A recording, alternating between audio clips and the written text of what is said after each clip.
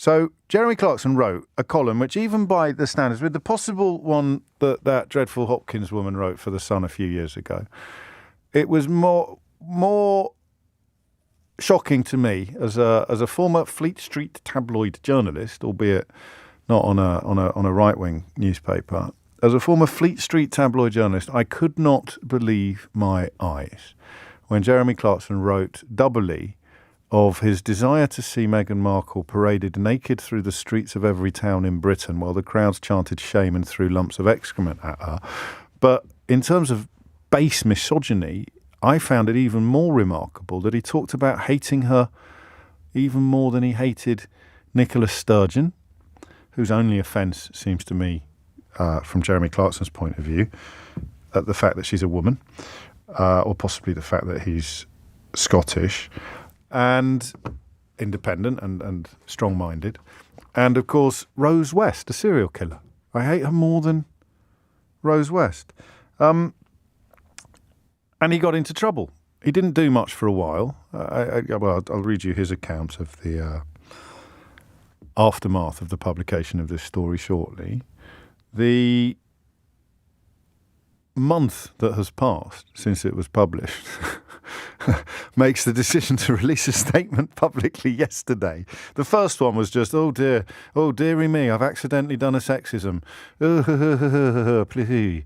And it was pathetic, the original apology. We said so at the time, and we shall say so again now. Dearie me, I've done a sexism. In fact, it ties in with the conversation we were having in the first hour of this morning about a toxic culture of misogyny, about the kind of comments that female police officers routinely encounter at work. That idea that it's absolutely fine to talk about women like this, nothing wrong with it at all. And if you don't like it, if you don't go along with it, then you're frigid, is probably a word that's often used. Or you're just a killjoy, you're just this, you're just that, you're just the other. Precisely the kind of approach that defenders of Jeremy Clarkson would adopt if they were trying to explain why Meghan Markle shouldn't be disgusted, outraged, upset, devastated at being publicly, very publicly, adjudged to be less appealing than a serial killer. But they didn't see it coming. That's what I partly find fascinating about this story. As quite a close observer of matters media, they didn't see it coming, and I know why. Actually, rein in the ego a bit, son. I think I know why. And I'll tell you. I think it's because they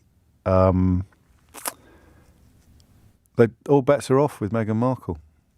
For reasons that Harry touches upon in quite a lot of detail in his new book, all of the rules, and there aren't many rules, there really aren't many rules when it comes to what columnists can and can't write, but there are a few. At least there usually are a few. I think that somehow the sort of collective hysteria that the British media has indulged in with regard to this woman, and to a lesser extent her husband, the collective hysteria has seen a complete abandonment of even the, I nearly used a phrase very popular in Private Eye magazine there, which I'm not allowed to say on the radio, the so-called standards in British tabloid journalism that are little better than a fig leaf do actually exist. There are lines you cannot cross when writing about public figures who have done nothing wrong, public figures who have committed no crime, public figures who are responsible for no offence and who have hurt nobody. There are lines that you can't cross. But they lifted those lines for Meghan Markle because this story is not just about Jeremy Clarkson. It's also about everyone who read his column and decided that there was absolutely no problem whatsoever with putting it in the newspaper. I don't know how many people would be involved in that editorial chain, but there would be some. And then, of course, you have the added.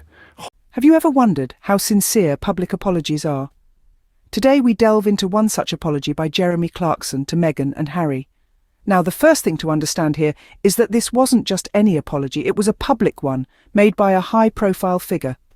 Jeremy Clarkson, a well-known TV personality, known for his brazen and often controversial remarks, found himself in hot water over comments he made about Meghan Markle and Prince Harry.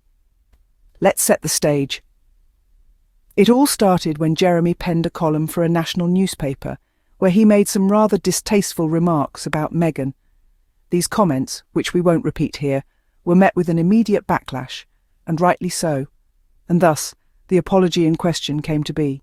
In his apology, Jeremy expressed regret over his words, stating that he didn't mean it and that he felt terrible. But here's the thing about apologies. They're not just about saying sorry. They're about understanding what you did wrong and showing that you've learned from your mistake. So, how did the public react? Well, there was a mixed bag of responses. Some accepted his apology, while others remained skeptical, questioning the sincerity behind his words. And then there were those who saw it as nothing more than a PR stunt, a way to clean up his image amidst the controversy. Now, is it fair to question the sincerity of an apology? Absolutely. In fact, it's necessary. Because when a public figure makes a mistake, they owe it to their audience to make it right. And part of making it right is showing genuine remorse, not just saying the words. Now that we have the basics down, let's dive deeper into this apology. We'll dissect it, we'll discuss the double standards at play, and we'll explore whether it was a genuine expression of remorse or merely a PR exercise. Stay tuned, because this is going to be a thought-provoking journey. Apologies are more than mere words. They are reflections of remorse, or are they? Let's dissect this apology, peeling back the layers that cloak its true nature. Consider the choice of words, the tone, the timing. Are these the elements of a heartfelt apology, or are they the calculated moves of a man cornered by his own words? Clarkson says he's sorry. But what does sorry mean in this context? Is it a genuine expression of regret, or merely a knee-jerk response to the backlash? An apology is not just the utterance of "I'm sorry." It's about expressing regret, taking responsibility for actions, and making a commitment to change. Now let's look at the tone. There's a whiff of dismissiveness, an undercurrent of insincerity that suggests this apology is more about damage control than remorse. The sorry feels forced, as if it's been dragged out of him rather than offered willingly. Then there's the timing. This apology didn't come immediately after the controversial comments. No, it came when the backlash was at its peak, when the pressure was mounting. The timing suggests that this apology was more about PR than personal growth. So what does this all reveal about Clarkson's sincerity? Well, it paints a picture of a man who is not truly sorry for his actions, but rather sorry for the consequences of those actions. It suggests a man who is not looking to change, but rather looking to sweep his mistakes under the rug and move on. But let's not stop here. Let's delve deeper. Let's consider the motivation behind this apology. Was it a genuine desire to make amends, or was it a desire to save face? Was it about admitting wrong, or was it about avoiding further backlash? And what about the apology's recipient? Was it directed at Meghan and Harry, the people directly hurt by his words, or was it directed at the public, the people whose opinion of him matters for his career? These are the questions we need to ask when we dissect an apology. These are the questions that reveal the true nature of the person apologizing. And in Clarkson's case, they reveal a man who's more interested in protecting his image than in making amends. So, let's peel back the layers of this apology. Let's look past the words, past the tone, past the timing. Let's look at the man behind the apology. And let's ask ourselves, is this a man who is truly sorry, or is this a man who is simply sorry he got caught? The apology seems to have more layers than it initially appeared. Let's peel them off. In the world of public figures, are some more open to criticism than others? We're stepping into the territory of double standards here. Jeremy Clarkson's disparaging comments about Meghan Markle, compared to his treatment of other royals, is a prime example. Is it fair to say that Meghan has been singled out? Well, let's look at the evidence. Clarkson's vitriol towards Meghan was unquestionably harsh, even brutal. Yet when we examine his comments about other royals, there's a stark contrast. The Duchess of Cambridge, the Duchess of Cornwall, even the Queen herself, all have been spared the kind of harsh criticism that Meghan has faced. There's a clear imbalance here, a bias that's hard to ignore. This isn't an isolated incident either. The media's treatment of Meghan, compared to other royals, has been consistently different, often harsher. The same actions, the same choices, yet they're framed differently when Meghan is involved.